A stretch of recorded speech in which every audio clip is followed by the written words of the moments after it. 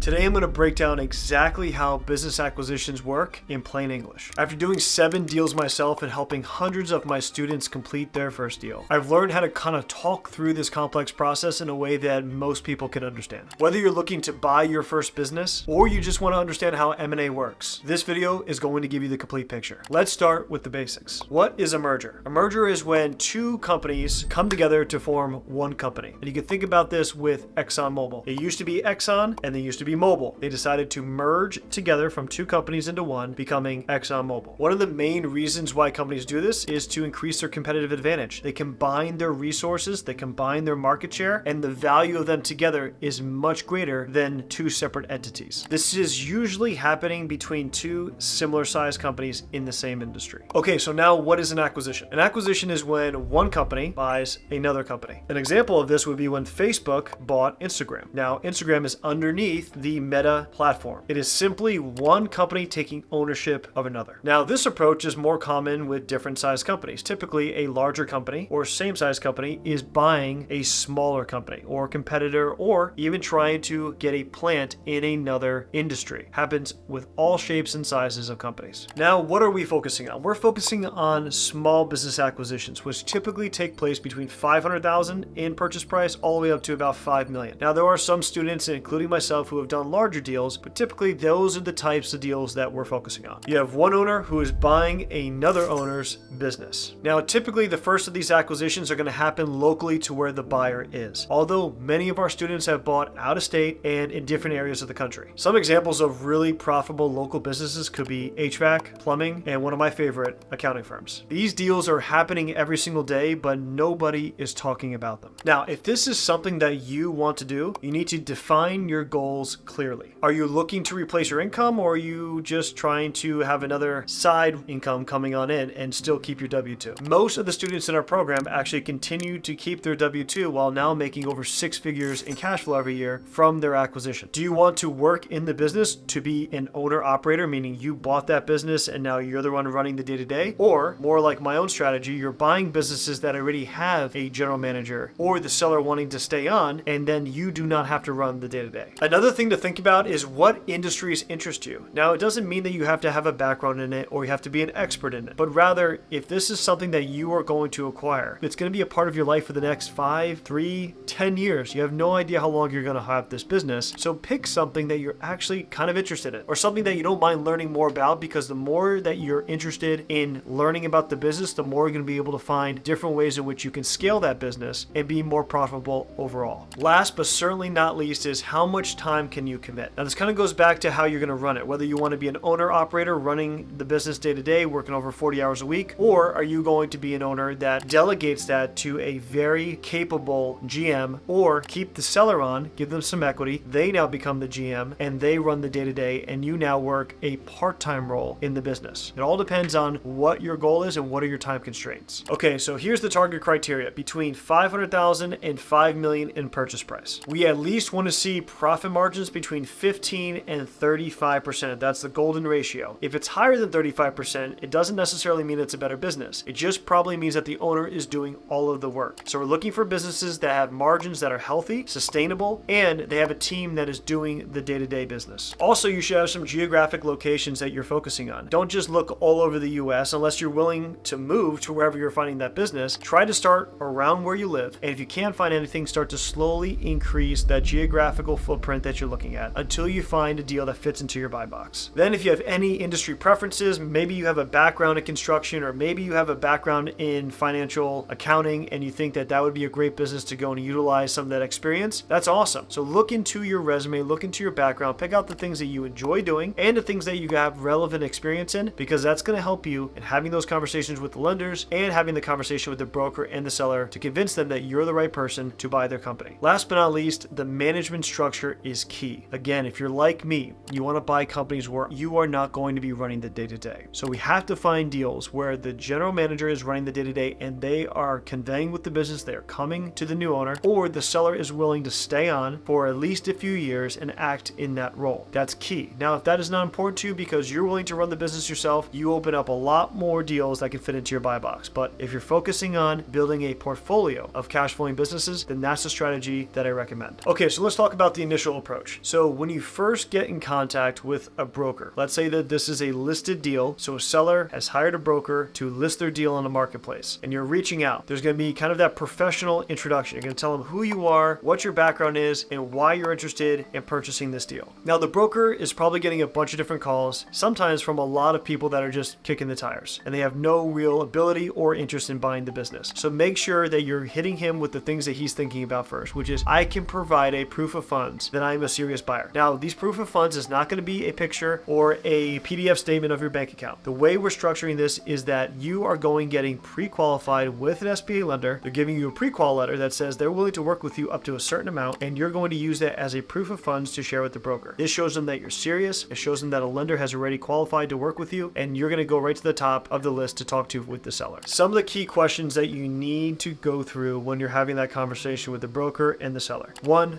why are they selling? Divorce, health issues, and retirement are the best 3 reasons because you can clearly understand the motivation. Now, when they're not one of those 3, now it's selling the business because of other business interests, selling the business because of want to move across the country, whatever it may be. Now, those may be legitimate reasons, but you really need to dig into them to see if they are true, because a lot of times those reasons are used to cover up the underlying reason, which is the business is not doing well. We want to make sure that we find that out in the beginning of our diligence. How long have they owned the business? What is their ideal timeline to sell? These are other questions that you want to get a great understanding of when you're starting to have that conversation with the broker and the seller in building that rapport with them. And last but not least, one of the most important questions, as I mentioned before, is management staying? If I am talking to a seller and I love the business, I think it's great, a great industry, great cash flow, but I find out that the team, some of the key personnel, whether it be the GM or maybe the head of sales or the head of the back office operations, is leaving with the seller, it is greatly decreasing the percentage that I'm actually going to get this deal done. The second I hear that key team members are not going to be on board when I take over, my interest level is dropping and I'm usually walking away. Next, we want to understand the numbers. Some of the things that you want right off the bat are the last 3 years of their tax returns. You want the last 3 years of their P&Ls. You want to understand exactly what their management structure is, all their employees, and all the roles that they do. You want to see the balance sheet. You want to see their customer concentration, and you want to see the growth rate of the company over the last few years. All of these are super important, high-level financial data, right? We're not even talking about getting into the bank statements or cash flow analysis. These are just the main things that show what the health of the business is. And so if we can get that information, it can again get to a point of putting out that LOI within a very fast period of time. So let's talk real quick about the valuation methods that happen in small business acquisition. Typically, it's happening between a 2 and a 4x of the SDE, which is their cash flow, seller discretionary earnings. That's all the benefit that the owner has had using the business for personal expenses like paying their car payment, going on vacations with business money. All of that gets added back in to the net profit, and that equals the SDE. And so we want to make sure that we get all of those numbers together. Once we get an accurate SDE or cash flow number, we can then multiply between a 2 and a 4x multiple. A 2x multiple is going to be a business where the owner is doing all of the work and they want to sell and leave, which means that now you, the new owner, have to either do all the work yourself or find someone to do it for you. So that's going to be a 2x business because that's less valuable. 4x business is the exact opposite. It's coming with a full team, turnkey, everything's running. The owner is not managing the day-to-day. They're limited in terms of their involvement in the business. That can be up to a 4x business. Anywhere in between is a gradation between owner being super involved and owner not being involved at all. And so there is how you can kind of tell where to come in at once you find out about how that business is running. Now let's talk about deal structure. So there's a couple different ways in which we try to approach in structuring the deals. We like to go for SBA loans, seller notes, and then buyer injection or investor injection of capital. It's a trifecta approach. You don't have to use all 3 in every deal. It's just typically that's how it turns out. For the SBA loan, you can get up to 90% in financing. With the seller note, you can structure the remaining 10% with the seller note. If it's on full standby for 2 years or more, that can count as your buyer injection of capital, which means 0 is left for you as the buyer. Now, not every bank is going to go up to 10%. They might give you just 5% for having that 2-year full standby note, which means that you need to come up with the 5% as the buyer or bring on an investor who could do that along with you. Another popular type of seller financing is something called a forgivable seller note. Now, what this does is it kind of keeps the seller on the hook to make sure that the business they gave you is actually going to perform to what they said it was going to do. For example, let's say you do a 10% seller note on $1 million business. That's $100,000 of seller note. And you say half of that seller note, 50% of it, is going to be on a forgivable note, which means if the business doesn't perform the next 12 months to a number that you both agree upon, if it's below that, then that $50,000, half of the seller note will be forgiven. It means you don't have to pay it back. So now the seller note went from 100 grand down to 50 grand. Now the seller obviously doesn't want that to happen. They want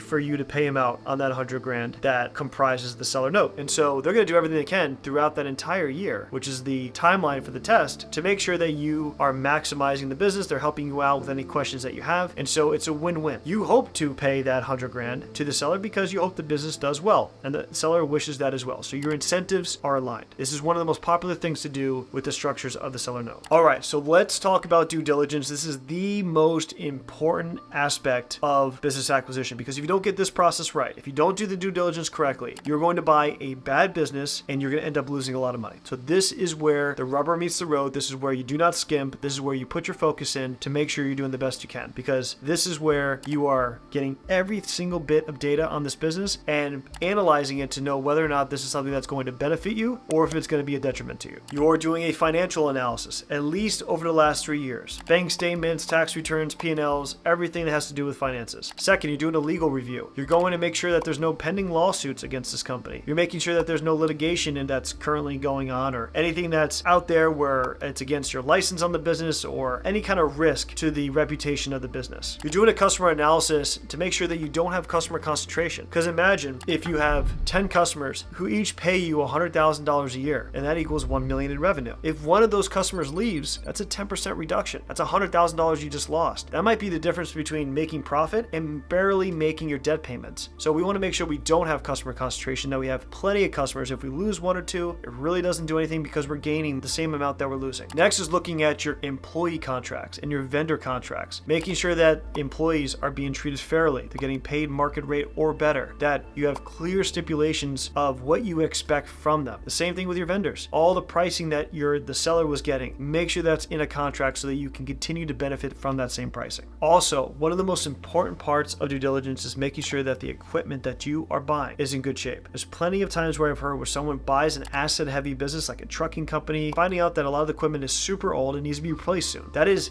a huge capital expenditure that needs to go out to acquire new equipment or fix the old equipment that you didn't plan for in your business plan. So make sure you understand how old the equipment is, what is the maintenance that's been done on them, and when they're going to need to be replaced, so you can put that into your projection plan. So as we've gone through all the different aspects of this, we got to focus on a couple immediate red flags. One, messy financials. Most businesses have messy financials, but what it makes you do is you make sure that in your due diligence process that you are going through every single number and making sure it makes sense. If it's messy, just realize it's going to add a lot more time to the table and a lot more effort from you to get a clear picture on how that business is doing financially. High customer concentration. We talked about it a little bit before in the video, but if you have few customers who are paying the majority of your revenue, you're at a customer concentration risk. If one of them leaves, you're in trouble. If there's any pending litigation, huge red flag. Most of the time, this is a deal killer. And unclear contracts. If you have unclear contracts with some of your largest vendors or with partners or employees, this is a huge red flag. It's just going to invite some type of drama to occur. If there is not clear stipulations on what you expect, whether it's from a vendor or from an employee, eventually there is going to be an issue. You have to make sure that the expectations are clearly set. And then we get into the closing process. This is where we are getting the purchase agreement set and make sure both sides lawyers, the buy side, which is you, and the sell side, that everything is in agreement, they put the contract together, and everyone signs the dotted line. You're making sure that you have ample working capital. I cannot stress this enough. The number one issue I see with someone who buys a business and then gets into trouble is they don't have enough working capital. Make sure that you are doing a working capital analysis in your quality of earnings to understand at minimum what is your 3 months of capital needs. Make it to where you don't make $1 in 3 months, even though it's not going to be the case. You want to be super conservative. You want at least 3 months of working capital to get you through starting day one with zero in the bank account to when you are now being flush with cash flow. You're also making sure that all your key employees have had agreements with you signed. Day one, you want to make sure that you're walking into a team that understands who you are, what you're doing, and they've committed to growing alongside of you. The last couple things when you're getting into closing is making sure that you're transferring the bank account, making sure that you're getting all the permissions from their systems and operations, that everything is now being transferred into your name and into your business business, insurances, everything that can operate the business or shut down the business if it's not done correctly needs to be done right at closing. Last thing is just signing the closing documents, and now the business is yours. Now that you close on the business, some of the things you need to be focusing on are the post-close transition process. This is dealing with the main management and how they are transitioning now to working under you instead of the seller. You're also, all of your employees, you're walking in on day one and introducing yourself. Now, many of your main employees already know that you're buying the business because you had a previous conversation with them, but there's a lot of other employees potentially at the business who didn't have that conversation with you. And you want to make sure from day one they understand that you're coming in here and you're not firing everybody. In fact, you are trying to come in here and build a better business, and you're hoping that they're going to come along with the ride with you. You need to instill confidence. You need to show them that you care about the business, and that is important from day one. Also, depending on your type of business, you might need to notify all your customers, right? If you're taking over an accounting firm and they now need to sign new agreements with you as the new ownership with the new company, that's something that needs to be projected out to your customers. So coming up with that communication plan so that now you can give confidence and show them that they're still going to receive great service. The same thing is happening with your vendors. Reaching out to them, scheduling calls, scheduling lunches, dropping by their offices, bringing them gifts, showing them that you want to still continue the relationship they had with the previous owner. Most importantly, you want to bring along that previous owner with you if you can, so that he can introduce you to them and you can start that vendor relationship off on the right foot. Now that you know how M&A works, you may be asking yourself, how can I start making money